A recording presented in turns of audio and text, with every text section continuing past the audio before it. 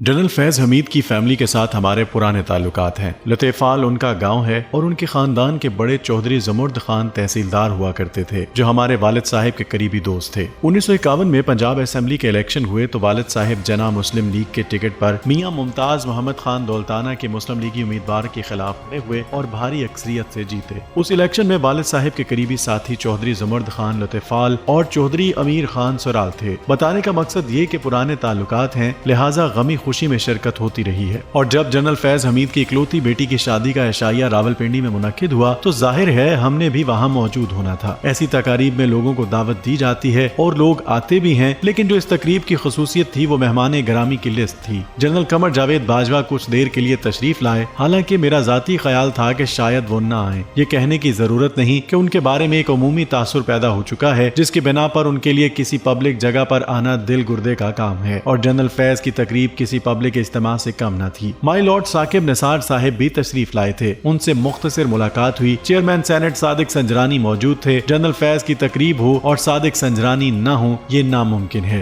जिन लोगों पर जनरल फैज की मेहरबानियां रही उनमें जनाब संजरानी का नाम सरे फहरिस्त रहेगा। प्राइम मिनिस्टर आजाद कश्मीर सरदार तनवीर इलियास ने भी इस तकरीब में होना था और वो भी बड़े रिलैक्स तरीके से बैठे थे। फौजी अफसरान की भरमार थी। बहुतों से हम आशना नहीं थे, लेकिन आते जाते काफी लोगों से मुलाकात हो गई। एक बात नोट करने की ये थी कि गोश्त शादी की तकरीब थी, लेकिन लोगों का मूड कुछ संजीदा संजीदा सा था। और इसमें कोई हैरानी की बात भी नहीं, क्योंकि मुल्क की सूरत हाल ही ऐसी बन चुकी है कि किसी पब्लिक जगह पर कहे लगाना थोड़ा मुश्किल सा हो गया है। Retired lieutenant general Amjad Shoaib, जो अब अच्छी खासी टीवी पर्सनैलिटी बन चुके हैं, मिले तो देखा उनका मूड बिल्कुल ही संजीदा था। हाल चाल पूछा तो उन्होंने सर हिला दिया, यानी कहने को कुछ मुश्किल सा हो रहा था। नामवर टीवी पर्सनैलिटी आफ्ताब इकबाल से कुछ देर गपशप रही। उन्होंने एक बड़ा दिलचस्प फिक्रा कहा कि मैं उस जीनियस, उस सकरात, उस बकरात को देखना चाहता हूँ जिसने ये सारी सूरत हाल पैदा की है। उन्होंने कहा कि जो कुछ पाकिस्तान के साथ हो रहा है वो कोई बहुत बड़ा जीनियस ही कर सकता था। लगता भी यही है कि जो हाथ इस मुल्क के साथ हो गया है वो किसी आम आदमी का कमाल नहीं। जब वाकयात हो रहे होते हैं, इंसानों को उनके मुहर्रिकात समझने में दुश्वारी पेश आती है। वक्त गुजरने के साथ कुछ समझ में इजाफा होता है। हमारे हालात जो बिगड़े, मेरी दानिस्त में उसकी बड़ी वजह जनरल बाजवा की एक्सटेंशन थी। 3 साल पर ही इक्तफा किया जाता तो मुझे यकीन है कि उनकी इज्जत बच जाती और ये कुछ मुल्क के साथ न होता जिसका शाखसाना हम अब भुगत रहे हैं। कम से कम मैं नहीं समझता था कि इमरान खान ये एक्सटेंशन देंगे, और एक्सटेंशन की कोई बड़ी वजह भी ना थी। लेकिन कौन से वो मुहर्रिकात थे कि इमरान खान जैसा बेबाक इंसान जो कुछ करने पर आ जाए तो किसी चीज की परवाह नहीं करता, एक्सटेंशन पर राजी हो गया। इस मौजू पर जनरल फैज से बात तो नहीं हुई, लेकिन मेरा ख्याल है कि उस मखसूस ज़हनी माहौल जिससे मुतासिर होकर इमरान खान एक्सटेंशन की तरफ आए कि पैदा करने में जनरल फैज का हाथ जरूर होगा। वो जनरल बाजवा के हमेशा करीब रहे थे। जनरल बाजवा कमांडर 10 कोर थे, जो जनरल फैज उनके कर्नल स्टाफ थे। जनरल बाजवा आर्मी चीफ बने तो जनरल फैज GOC पुन्नू आकिल थे, जहां से उन्हें ट्रांसफर करके ISI के C डायरेक्टर का इंचार्ज बनाया गया। वहां से वो ISI के चीफ बने और बाद में जो कुछ होता रहा उससे हम अमूमी तौर पर वाकिफ हैं। यानी दोनों में कुर्बत थी और ये भी जहन नशीन रहे कि बतौर ISI चीफ जो कुछ जनरल फैज करते रहे वो जनरल बाजवा की आशीर्वाद के बगैर मुमकिन नहीं था। बहरहाल एक्सटेंशन हुई तो गड़बड़ शुरू हो गई। कुछ तो ये वजह बनी कि इमरान खान जनरल फैज पर बहुत ज्यादा इन्हिसार करने लगे थे। बहुत सारे सियासी मामलात जिनसे निमटना वजीर आजम को चाहिए था, जनरल फैज पर छोड़ दिए जाते थे। बलूचिस्तान के मामलात हों या सेनेट में कुछ हो रहा हो, एक ही हाथ पीछे देखा जाता था। इस कुर्बत की वजह से इमरान खान चाहते थे कि जनरल फैज ISI में ही रहें। जनरल फैज खुद चाहते थे कि उनकी तैनाती पूरी होने पर वो किसी कोर की कमान संभालें, क्योंकि तभी वो आर्मी चीफ की तैनाती की कतार में आ सकते थे। लेकिन वजीर आजम ने उन्हें रोके रखा, जिससे कुछ मसाइल पैदा होना शुरू होने लगे। जनरल बाजवा ने जब ISI का नया सरबराह मुकर्रर किया तो उसके नोटिफिकेशन पर बदमज़गी पैदा हुई। तकर्रुरनामा PM ऑफिस को करना चाहिए था, लेकिन कर दिया रावलपिंडी ने। इस पर इमरान खान डट गए और बदमज़गी थोड़ी ज्यादा बढ़ गई। तारीख के सफात में अब तक ये सवाल गर्दिश कर रहा है कि नेपोलियन ने रूस पर हमला क्यों किया। पूरे यूरोप पर नेपोलियन छाया हुआ था, लेकिन एक बड़ी फौज के साथ उसने रूस पर चढ़ाई कर दी और वही उसकी तबाही का सबब बना। इसी लिहाज से ये पूछा जा सकता है कि कौन सी बड़ी वजह बनी जिसके सबब इमरान खान को हटाने की तैयारियां शुरू हुई। इमरान खान की मकबूलियत नीचे आ चुकी थी। इलेक्शन को साल 1.5 साल बाकी था। जो कारकर्दगी इमरान खान की हुकूमत की थी उस बुनियाद पर इलेक्शन बड़ा कांटेदार होना था, लेकिन इमरान खान को हटाने का अमल पूरा हुआ तो सूरत हाल यकसर बदल गई। एक तो इमरान खान डट गया और दूसरा ये कि रजीम चेंज को अवामी पजीराई न मिली। वही लोग जो इमरान खान से बेजार हो रहे थे उसके साथ खड़े हो गए। इमरान खान ने भी फिर वो किया जो पाकिस्तानी तारीख में कभी हुआ न था। मुक्तदर مقتدرہ کو ایسے آڑے ہاتھوں لیا کہ رائے عامہ کا مزاج بھی بدل گیا اور سوشل میڈیا پر وہ باتیں سنائی گئیں جو پہلے پاکستان میں کبھی نہ سنی گئی تھی۔ نپولین جیسا زیرک جرنیل نہ سمجھ سکا کہ روس پر حملے کے نتائج کیا ہوں گے۔ ہٹلر کی شکست کی وجہ بھی اس کے غلط اندازے تھے۔ رجیم چینج والوں کے پلے میں بھی کچھ نہ پڑا کہ وہ جو کرنے جا رہے ہیں اس کا نتیجہ کیا ہوگا۔ ممتاز تجزیہ نگار حفیظ اللہ نیازی عمران خان کے کزن اور بہنوئی ہیں، لیکن جیسے ہم سب جانتے ہیں دونوں کے تعلقات اچھے نہیں ہیں۔ مجھ پر جب لاہور میں نامعلوموں کی بدولت مہربانی ہوئی تو حفیظ اللہ نیازی مجھے ملنے آئے۔ باتوں باتوں میں انہوں نے کہا کہ جنرل فیض کی تعیناتی کے شروع کے دنوں میں وہ ان سے ملنے گئے اور انہوں نے جنرل فیض کو کہا کہ ایک بات یاد رکھنا، عمران خان کو غلط نہ سمجھنا، یہ کسی سے ڈرتا نہیں ہے۔ حفیظ اللہ نیازی نے کچھ اور بھی جنرل فیض کو کہا جو اس کالم میں بیان نہیں کیا جا سکتا، لیکن اس کا لب لباب یہ ہے کہ عمران خان کو کبھی انڈر ایسٹیمیٹ نہ کرنا، لیکن اگلوں نے اسے انڈر ایسٹیمیٹ کیا اور پھر صورتحال ان کی گرفت میں نہ رہی۔ کسی کو خبر تھی کہ یہ سب کچھ ہوگا؟